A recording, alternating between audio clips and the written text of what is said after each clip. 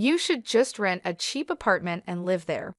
After all, someone who just stays at home doesn't deserve to live in this house, said Kelly, who had returned from the city. She was now trying to drive me out of the house where I was living with my in-laws, planning to take my place. My in-laws don't understand working from home, and my husband, who wants the house, is siding with Kelly. Together with Kelly, my husband Eric, and my in-laws keep blaming me. Do they even realize who is paying the mortgage for this house? That's when it struck me, if I left, who would pay the $7,500 monthly mortgage? There was no reason for me to keep living with these people who made me feel so terrible. If they wanted me to leave, then I would leave. I had endured enough, and my anger had reached its peak. I'll change the ownership and mortgage to your name, I told my husband. With that, I divorced my overjoyed husband Eric and left the house. Little did they know they would soon face an unexpected situation. My name is Lauren. I used to live with my husband Eric, who is 3 years older than me. I met Eric while working at a company, but it wasn't the typical office romance. Eric worked for the cleaning company that serviced my office. When I met my husband, I had just lost both of my parents in quick succession. First, my father was diagnosed with an illness, and the doctors gave him only 4 months to live. While caring for him, my mother fell ill too, and despite her fight, they both passed away, leaving me alone. Having no siblings, I suddenly found myself all by myself, struggling to accept the reality that my parents were gone. After their passing, I would often think of them at random moments and tear up. However, I tried to hide my feelings from those around me who were being considerate.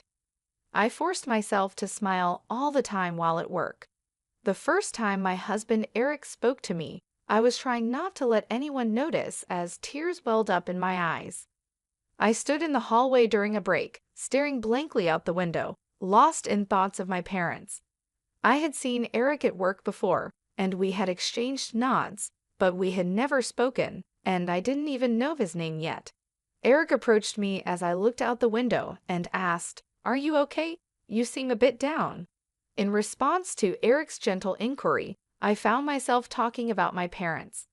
Maybe it was easier because he was a stranger whose name I didn't even know. When Eric heard about my parents' passing, he sympathized, saying he was close to his own parents and could understand the loneliness. I was glad that Eric listened to my story. After that, we started having brief conversations whenever we saw each other at work, and it didn't take long before we started meeting outside of work. Soon after, we started dating. Eric introduced me to his parents. As Eric had mentioned, he seemed to have a good relationship with them.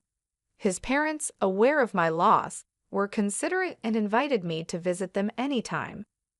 I quickly grew close to my in-laws, and without a formal proposal, it naturally led to me marrying Eric. After the wedding, we rented an apartment near my in-laws and started our life together. After getting married, I quit my job and switched to a company that allowed me to work fully remotely from home.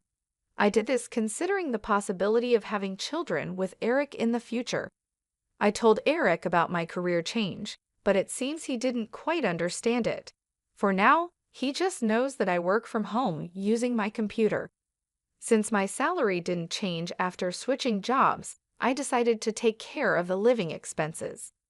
Eric earned less than I did, so we agreed that I would pay for our expenses while Eric would save his salary, except for what he spent on social activities. Eric didn't have any expensive hobbies, and before we married, his social expenses were mostly just dates with me or going out with friends. Eric himself said he was okay with me managing our savings, so this is how we handled our finances. Working from home was all positives for me. Above all, I was happy that I could enjoy leisurely meals with Eric when he came home. This wouldn't have been possible if I were still working at my previous company. Before marriage, I often made simple meals just for myself, but now, wanting to please Eric, I find myself wanting to cook more elaborate dishes. Our life together was peaceful, but then a few years into our marriage, something shocking happened. My in-laws' house was completely destroyed in a fire. Fortunately, my in-laws were unharmed, but they lost all their possessions and irreplaceable memories like photo albums. For a while, my in-laws stayed in our apartment, and they were deeply upset. I wanted to cheer up the two people who had helped me heal from the loss of my own parents, so I did everything I could to care for them. I cooked, of course, and also took care of the household chores during breaks from work, making sure they felt comfortable. On weekends, Eric and I would go out with them. However, my in-laws felt like they were being a burden and struggled to regain their usual cheerfulness. They often mentioned that they couldn't stay with us forever and were concerned about imposing on us. So my husband Eric and I decided to build a house to live with my in-laws. Until now, my in-laws had never brought up the idea of living together, but Eric and I had been considering it. In preparation, I had been saving from my salary, separate from the savings my husband was making, thinking it was better to get a mortgage sooner rather than later. I suggested that we use this opportunity to build a house. My in-laws were delighted, and the conversation quickly came to an agreement. The house they had lived in was a charming wooden structure built by my great-grandfather. It had been fine when they were younger, but as they aged, they started experiencing various health issues. Therefore, they had many requests for the new house.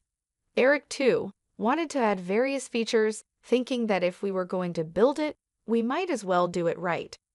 Ultimately, the cost ended up being much higher than anticipated. Still, convincing myself that we would be living there for a long time, I agreed to build a house that met all three of their requests. I began to sense something was off around this time. Eric was excessively claiming to his parents, Rachel and Kyle, that he was the one building the house, and they were constantly thanking only him. Even though the house and the mortgage were in my name, and the down payment came from my savings, it seemed like Eric hadn't mentioned this to Rachel and Kyle at all. Because of Eric's insistent claims that it was his house, Rachel and Kyle started pressuring me to thank Eric as well. I appreciate Eric not just for the money. I paid more because I could, not because I wanted gratitude from Eric or Rachel and Kyle. However, even when Rachel and Kyle said things to me, Eric didn't stand up for me. Instead, he jokingly said, "That's right, you should be grateful to me for letting you live in a new house." I was definitely upset after hearing these falsehoods repeatedly. I understand that Eric has his pride, so I didn't ask him to tell his parents the whole truth, but I did ask him to stop making it seem like I was doing nothing. However, Eric, feeling more confident because of our new house, just wouldn't listen. Then I found out that Eric was telling a terrible lie to his parents. He incredibly told them he worked at the same company where I used to work, which is considered a well-known major corporation. True, Eric still has dealings with that company, but as I began to notice Eric's lies and his inflated pride, I started to feel increasingly distrustful of him. I also felt uncomfortable because his parents always seemed to favor him. Still, I thought once we moved into our new home, the issue of who built the house wouldn't come up anymore, so I just kept enduring patiently. However, once our new home was completed and we started living there, their attitude towards me clearly began to change. It seemed like my in-laws, just like Eric, didn't understand the concept of working from home. They thought I was just playing around because I didn't go out during the day and was always at my computer. Eric had been complaining to them that Lauren is just playing around all day, and they seemed to have completely believed it. Before we moved, they never said anything, maybe because they felt I was taking care of them, but the sarcasm increased as soon as we moved. They would say things like, "Eric built such a fine house, and you just stay in and play around. Must be nice. Why don't you work a little and help Eric out?" Even when I was working on my computer, they would come to my room just to make these snide Eric. The discomfort made me leave the house more and more, working from a cafe instead. I repeatedly asked Eric to clear up his parents' misunderstanding. While Eric might not understand the work I do, It's my salary that's supporting his and his parents' lifestyle. All I needed was for him to tell his parents that, but Eric just said, just let them say whatever they want, still not listening. Since they thought I wasn't working, I got stuck with all the housework, and his parents started bossing me around. I couldn't take it anymore and finally stood up to them. Eric was there too, and I thought he would finally take my side seeing how upset I was. But instead, he yelled at me, "Don't talk back." Then he thrust a completed divorce paper at me, threatening divorce if I didn't comply. I had never seen Eric so angry before, and his behavior completely intimidated me, making me give in to him and his parents' demands. From that day on, both his parents and Eric's attitudes towards me turned utterly cold. The only time I felt seen and could find some solace was when I was working at my computer. I immersed myself in work to forget the treatment I received from my in-laws and husband. One day, my sister-in-law Kelly, who had been living in the city, came back to visit. She was coming to see the new house and planned to stay for a while. My in-laws immediately started complaining about me to her. They said, "Lauren is always cooped up in her room playing on her computer. Does she even realize whose generosity allows her to live in such a nice house? What on earth is she doing on that computer all day? Playing games? Is she some kind of nerd? That's just weird. We don't really understand all this, but maybe she's one of those nerds. You think if she's always on her computer, she must be one, right? Isn't she ashamed of not working?" Trying to escape their loud conversation meant for me to hear, I went to my room. Then I heard something even more shocking. They said, "Wasn't Lauren just a cleaner at Eric's company? It's amazing how she lies about working from home. She couldn't possibly have the skills for that." Kelly was talking as if my and Eric's roles were completely reversed. Since Eric had told his parents he worked at a major corporation, maybe he had also lied that I was a cleaner. The real liar here was Eric. I wanted to tell this to Rachel and Kelly, but given everything that had happened, I doubted they would believe me, so I just gave up. Ever since Kelly came to visit, my place at the dining table was taken over by her, and I couldn't even eat at the same time as everyone else. While they ate the meals I prepared during my work breaks, I would be secluded in my room, continuing my work. This went on for a week, and the day for Kelly to return to the city came. But suddenly, Kelly declared, "I'm going to live in this house too. After staying here, I found it quite comfortable. I just quit my job, so I've decided to move back here," Kelly said. She had been working in the apparel industry but got tired of the office drama and decided to take a break. Her family home was being rebuilt, and when she returned and saw our new house, she found it more luxurious than she had expected. Leaving the city to start a business here could be good. "At my level, I can work from anywhere," she said. My in-laws, Rachel and Kyle, were thrilled with Kelly's words, and Eric seemed quite pleased with the compliments about the house too. However, there was no designated room for Kelly in this house. Until now, she had been staying in the guest room, but if she were to live here permanently, another room for Kelly would be needed, and the house had no spare rooms. Kelly had realized this after living with us for a week. She told me, "I'll live here, so you should leave," with a smug, malicious grin. People who just play around at home don't deserve to live in a house like this. You should find some cheap apartment somewhere and live there. "No, this house is mine because I started to say, but Rachel cut me off. "That's a good idea. You do nothing but stay at home all day." Rachel sided with Kelly, leaving me no room to argue. I tried desperately to explain my job, but Kelly, who had just said that work could be done from anywhere, wouldn't understand about working from home. Just because I'm not going out, they say I'm not working. They're trying to corner me with such an absurd argument. After everything that's happened, I'm really starting to get angry. Eric doesn't try to speak the truth, just stands there laughing and watching the situation. Until now, I kept quiet, considering Eric's position, but I finally told Rachel, Kyle, and Kelly that this house was built in my name. I'm paying for all the mortgage and all the living expenses. The down payment came from my savings, and Eric hasn't paid a single penny.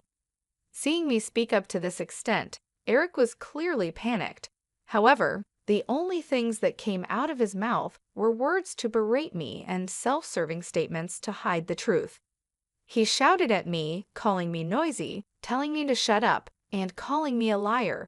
Eric was obviously flustered, and it was clear he was hiding something. Yet Rachel, Kyle, and Kelly still defended him, calling me the liar no matter how many times I tried to explain. I said it wasn't a lie, but they didn't believe me. That's when it struck me, if I left, who would pay the monthly mortgage of $7,500? There was no reason for me to keep living with these people, enduring such unpleasantness. If this house is supposedly built by Eric, who works at a major corporation, maybe it should all truly be his. With that thought, I decided to sign the divorce papers that Eric had pushed on me, intending to threaten me. When I offered to change the house's title to Eric's name, he was so delighted he almost danced. He must have thought the house would now fully become his own in name and reality. He's not wrong, but Eric misunderstood one thing. Initially, to change the mortgage to his name, we tried to go through the process together, but Eric disliked the complex procedures and told me to handle it alone. Just you go and listen to all that complicated stuff. It's just a name change, right? Get it ready for my signature only, he said. Since that wasn't possible, I took the reluctant Eric to the bank and a legal professional for consultation. Throughout, Eric didn't listen to the explanations and just played with his smartphone. When it came to signing the documents, he finally became eager. "If I sign this, the house will be in my name, right?" he asked. After I confirmed, he happily signed the documents. Once all the procedures are completed, both the house and the mortgage will finally be Eric's. I've explained it several times, but I wonder if Eric has truly realized it. He was ecstatically reporting to Rachel, Kelly, and Kyle. Even after hearing this, how can they still believe that Eric works at a major corporation and I'm unemployed? I watched this scene with a feeling of astonishment. After changing the house and mortgage to his name, I filed for divorce. "We're going on a trip to celebrate this, so you better move out while we're gone," Eric said.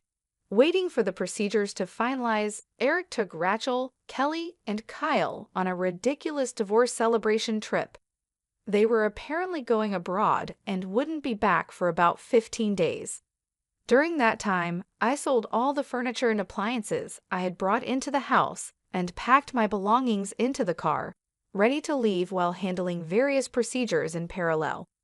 I was also looking for a new house and moved immediately after packing my belongings.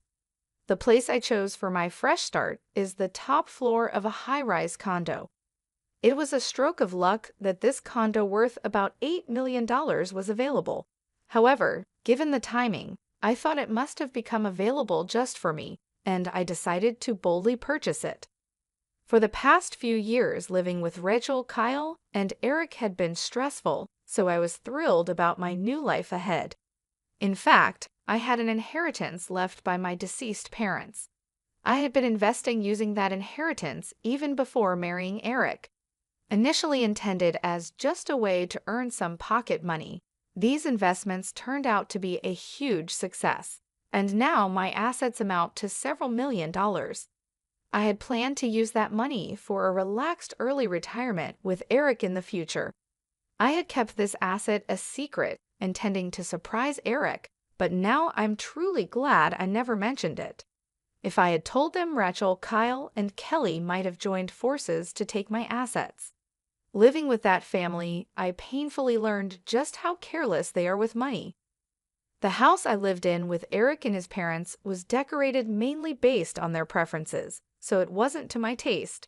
With the move to the condo, I took the opportunity to create a space I love, carefully crafting the interior to my liking. Now it has become the perfect space surrounded only by things I adore. Above all, there's no one around to make snide Eric, so I can happily work from home. Once things settle down, I'm planning to join a cooking class or yoga studio. Finally, in this enjoyable and free time, I have regained a peaceful mind for the first time in years. The call from Eric came the night they returned from their trip abroad. He must have realized that the furniture and appliances were gone upon returning home. He demanded them back, but I paid no attention. Everything was bought with my money, so it's my choice to do what I want with it. I didn't want to leave anything of mine in the house of those who had caused me so much suffering, not even the furniture and appliances. Of course, they were unnecessary for my new home. When I told Eric that I had already sold them, he still demanded I buy them back immediately. It's impossible.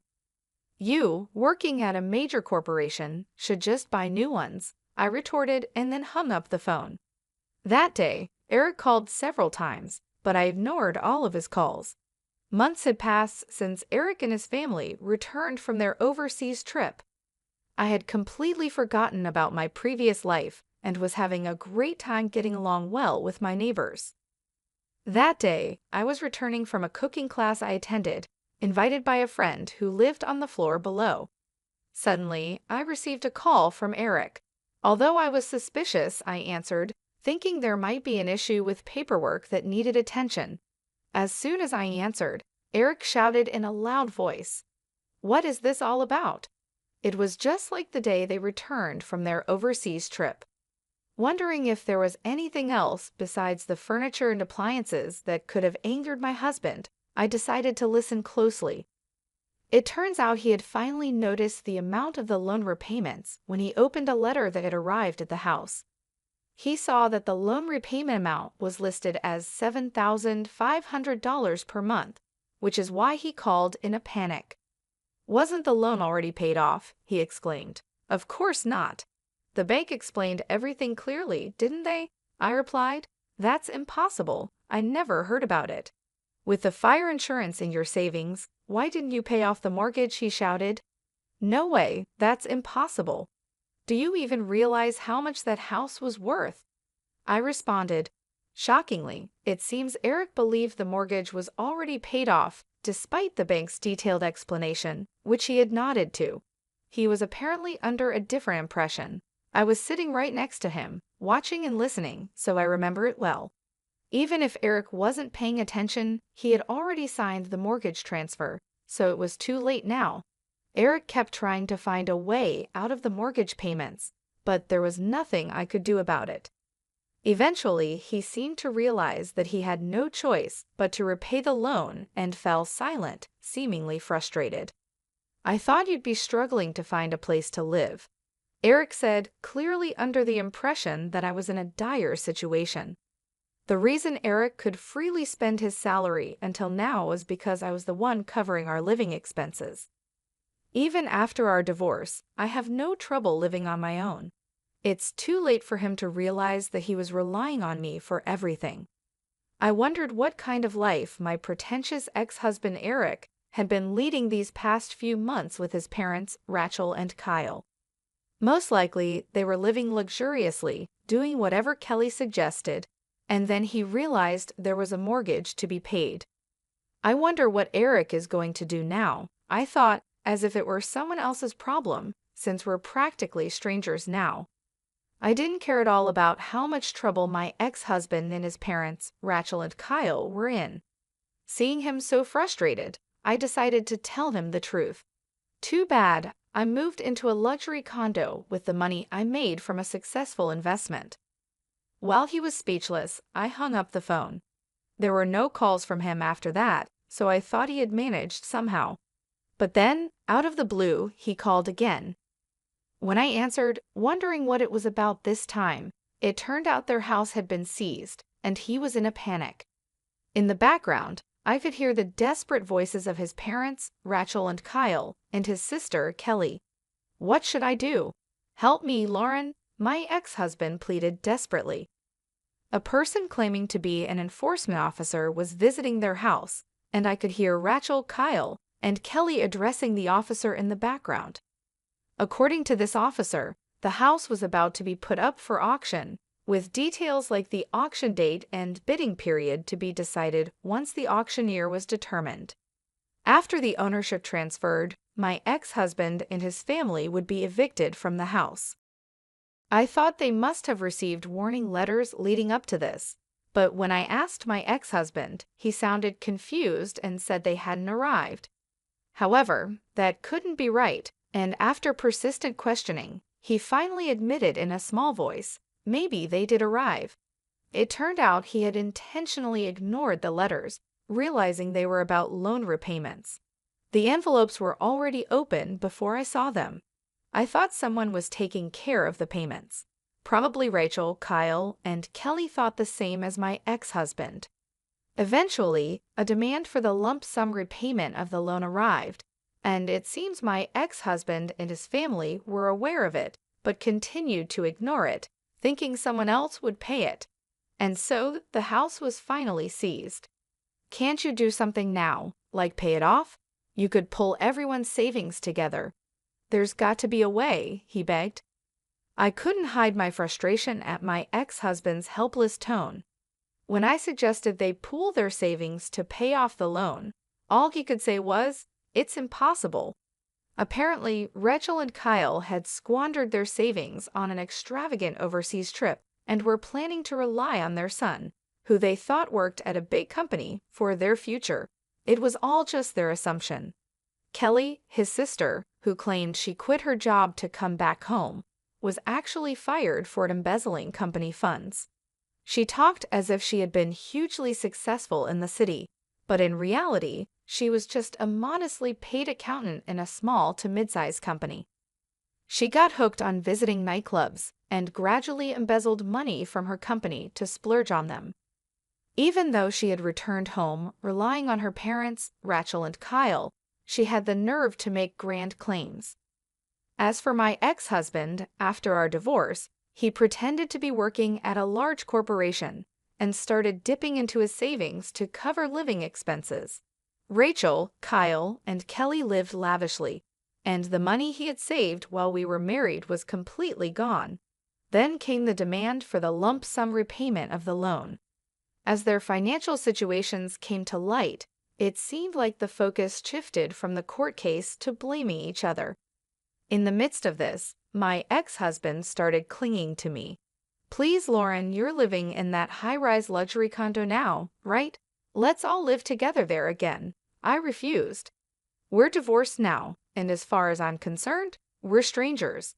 Although I had felt a bit sorry for him earlier, I definitely didn't want to live with those people ever again. Hearing the voices of my ex-in-laws, Rachel, Kyle, and Kelly, in the background, I felt more resolved and firmly declined my ex-husband's offer. Upon hearing my refusal, Rachel, Kyle, and Kelly immediately started hurling insults at me. I heard various derogatory terms like heartless, scammer, and thief. Perhaps out of spite for being rejected, my ex-husband joined them in berating me. The noise over the phone was unbearable. Despite everything being the result of their own actions, there was no sign of remorse from them.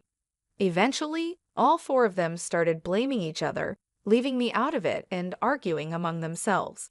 I decided then and there to never involve myself with these people again. I quietly hung up the phone and blocked my ex-husband's number. A few days later, I came across a concerning headline in a corner of the newspaper. The article about a father and son getting into a fistfight and the police being called made me suspect it was about my ex-husband and his father. I decided to contact a mutual acquaintance who lives near my ex-in-law's home. Sure enough, the incident reported in the newspaper was about them, and it happened after I hung up the phone on my ex-husband. The article mentioned that a neighbor noticed the fight and called the police, leading to their arrest. My ex-husband, his father, Rachel, and Kelly, who tried to intervene, all sustained injuries that would take about 3 weeks to heal completely. After receiving a stern warning from the police, they were released. However, the incident making the newspapers meant my ex-husband faced severe reprimands at his workplace, although he wasn't fired. The cause of the fight was exaggerated and quickly spread throughout the company. My ex-husband feels uncomfortable at work but can't afford to quite due to financial needs. Eventually, a buyer was found for their house, and they were forced to move out. They managed to find a new place, but it's an old, cramped, bug-infested apartment, a far cry from their previous home. The family of four began their new life there. Bugs appearing daily in the rooms are causing Kelly and Rachel to make such a fuss that they have already received complaints from the neighbors. They tried to work and rent a new house quickly, but both in-laws and Kelly seem to get into trouble at work and end up being fired. Especially Kelly, with her past of embezzling company funds becoming widely known, is finding it difficult to get rehired. It looks like they will have to continue living on my ex-husband's income alone. My ex-husband seems to be trying to find out where I live, asking our mutual acquaintances persistently. They have warned me to be careful. Even if my ex-husband finds my condo, he'll just be turned away by the full-time concierge. I gratefully accepted the advice from my acquaintance and made sure to ask the concierge to be on the lookout. With this, the turmoil with my ex-husband and his family finally comes to an end. It hasn't even been a year since I left that house, but it already feels like a distant past event. I've completely adapted to life in my luxury condo, enjoying my days filled with hobbies and work. I plan to enjoy my carefree single life for a while without thinking about marriage.